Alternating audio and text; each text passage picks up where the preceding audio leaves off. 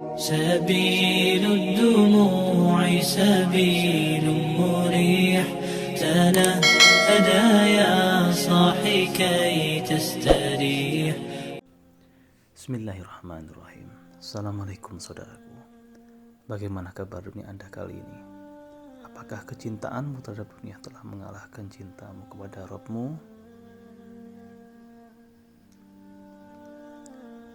Lah, jangan saudara. Berhati-hatilah dengan dunia ini. Apakah Anda akan bersusah payah untuk sesuatu yang akan Anda tinggal? Silahkan Anda mencari dunia, tetapi jangan lupakan akhirat dan Rabbmu. Berikut penjelasan dari Ustadz Dr. Syafiq Zabasalamah Hafidahullah. Mohon dukung channel dakwah ini dengan share, like, and subscribe. Terima kasih. Jazakumullah khairan.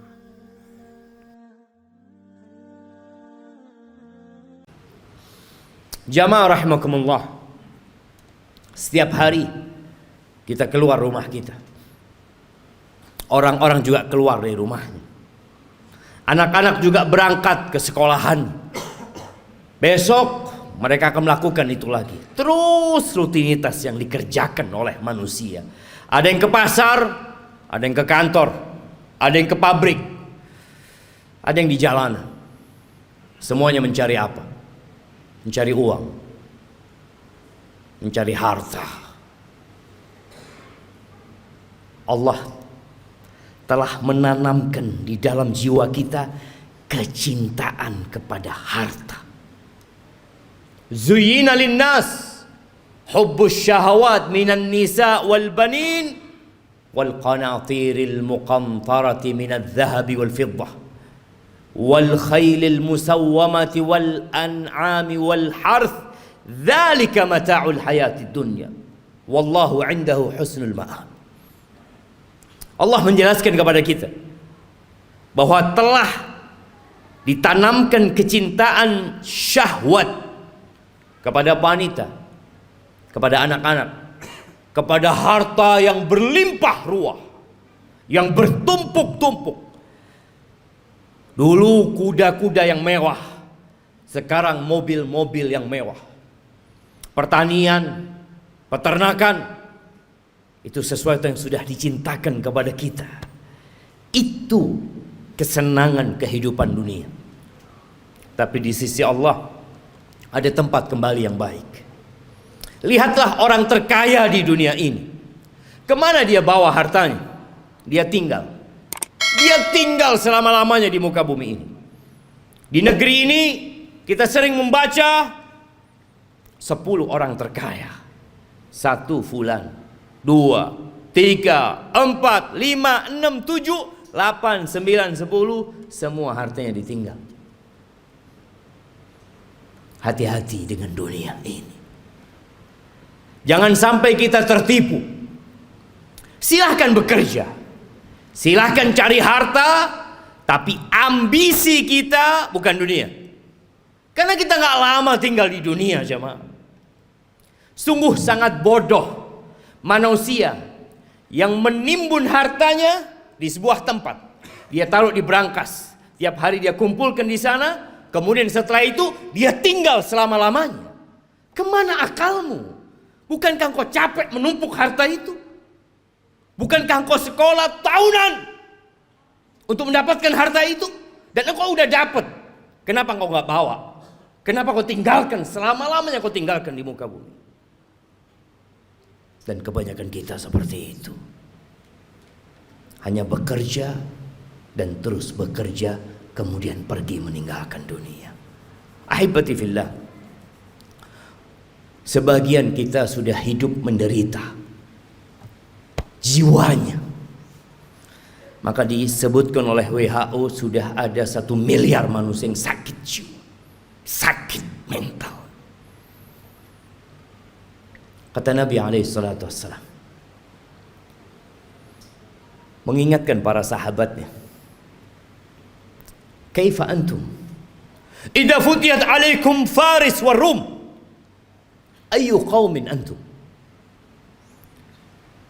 Kira-kira bagaimana kondisi kalian Nabi menyampaikan ini dalam kondisi sahabat susah, tidak tahu apa yang besok mereka makan. Dalam kondisi sebagian sahabat ketika berangkat perang, sehari hanya makan 1 butir kurma. Sehari hanya 1 butir kurma. Rasulullah SAW menyampaikan ini dalam kondisi sahabat berangkat perang, dalam kondisi tidak ada alas kaki buat mereka, sampai kuku mereka ngelupas. Nabi menanyakan kepada mereka yang hidup menderita secara harta pada waktu itu, kira-kira bagaimana kondisi kalian apabila Persia dan Romawi ditaklukkan, kemudian harta mereka dibagikan kepada kalian? Ayu qaumin antum? Kira-kira kalian jadi orang yang seperti apa? Kata Abdurrahman bin Auf, nakun kama qala Allah atau kama yaqulullah. Kita akan menjadi manusia seperti yang Allah inginkan, yang Allah perintahkan. Kata Nabi SAW, awa ghaira dhalik, mungkin gak seperti itu, kata Nabi SAW. Jamaah, kita pernah susah secara ekonomi. Ingat dulu mungkin ketika motor kita motor bekas. Ingat dulu ketika kita sebagian belum menikah, nggak punya apa-apa. Kemudian terus bertingkat kondisi ekonomi kita. Semakin membaik. Dan terus Allah kasih lagi kepada kita. Sekarang bagaimana kondisi kita? Abdurrahman bin Auf mengatakan kita akan menjadi orang seperti yang diinginkan oleh Allah dan Rasulnya. Tapi kata Nabi SAW, mungkin nggak seperti itu kalian. Apa yang akan terjadi? Tatanafasun. Yang pertama, kalian akan bersaing. Udah punya harta banyak, yang seharusnya hidup tenang, sakit jiwa. Terus dia bersaing. Motornya kepingin lebih baik dari motor orang lain, handphonenya kepingin lebih baik dari orang lain, hartanya kepingin lebih banyak dari orang lain, rumahnya kepingin lebih bagus dari yang lainnya. Terus didorong oleh penyakit. Tatanafasun. Itu yang akan terjadi. Oke. Bersaing boleh kan, selama kita tidak menzalimi orang lain. Tapi Nabi SAW mengatakan itu hanya awal yang akan terjadi. Yang kedua, thumma tatahasadun. Kalian akan saling hasud setelah itu. Karena dunia ini sempit, jamaah. Kursi-kursi itu terbatas. Kalau sudah ada yang duduk di sana, yang lain nggak bisa duduk di situ. Dia harus turunkan dia. Dia harus menggantikan posisi itu. Kalian akan saling hasud. Kita lihat orang-orang yang di pasar, bagaimana kondisi jiwa mereka, yang mungkin tampak sehat-sehat menurut kita, tapi sakit jiwanya. Nabi menyampaikan kalian akan saling iri, kalian akan saling hasud. Gak suka orang lain lebih baik dari dia daripada sisi. Gak suka dia. Padahal saudaranya Muslim, yang seharusnya dia bergembira dengan kegembiraan saudaranya, yang seharusnya dia cinta kepada saudaranya seperti dia mencintai diri dia sendiri. Tapi itu tidak terjadi. Kalian akan hasud, akan iri. Selesai enggak? Yang ketiga, thumma tatadabarun. Kalian nggak saling bertegur sapa, nggak kepingin ketemu. Kalau ketemu sama saudaranya sakit hatinya. Selesai belum? Yang keempat, yang akan dibawa pulang, yang akan dibawa tidur, yang akan dibawa makan, thumma tatabaghadun. Kemudian kalian akan saling membenci. Kalian akan bermusuhan dengan saudara kalian sendiri. Ahibati fillah. Itu penyakit yang sudah menimpa kita. Nabi SAW mengatakan, dabba ilaikum da'ul umam. Sudah menyerang kalian penyakit-penyakit umat yang sebelumnya. Iri dan dengki. Ahibati fillah, tidak dilarang kita mengumpulkan harta, tapi tolong niatnya yang diperbaiki. Rasulullah SAW ketika melihat ada seorang sahabat yang bekerja keras mengumpulkan harta, kata orang-orang di kalangan sahabat yang lainnya mengatakan, laita hadza fi sabilillah. Aduhai kalau kekuatan dia, energi dia itu disalurkan di jalan Allah, di jihad fi sabilillah. Maka Nabi mengatakan kepada para sahabatnya, lau kana yas'a, kalian tahu kalau orang ini keluar bekerja dalam rangka memberikan nafkah kepada kedua orang tuanya yang udah sepuh, fahuwa fi sabilillah, dia di jalan Allah. Yang kedua, lau kana kharaj yas'a ala auladin lahu sigar, kalau dia bekerja dalam rangka niatnya memberikan nafkah kepada anak-anak yang masih kecil, fahuwa fi sabilillah, dia di jalan Allah. Jangan diremehkan dia bekerja. Yang ketiga, in kana kharaja yas'a yu'iffa nafsah, kalau dia keluar bekerja dalam rangka menjaga kehormatan dirinya agar dia tidak jadi benalu di masyarakat, dia tidak menyusahkan orang lain, dia sedang ingin menjaga kehormatan dirinya, nggak ingin minta-minta sama orang, fahuwa fi sabilillah, maka dia pun di jalan Allah.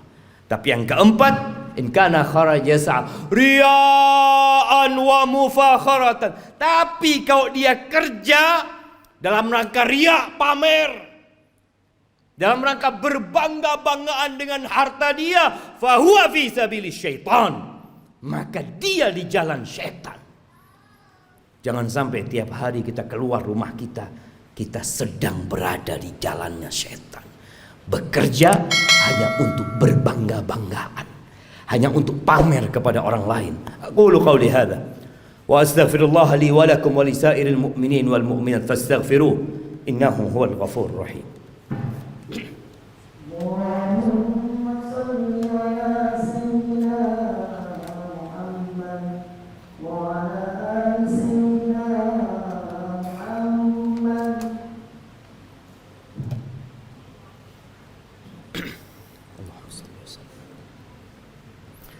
Alhamdulillah wa kafa, wassalatu wassalamu ala nabiyil mustafa sayyidina wa maulana Muhammadin wa ala alihi wa ashabihi wa man iqtafa, amma ba'd.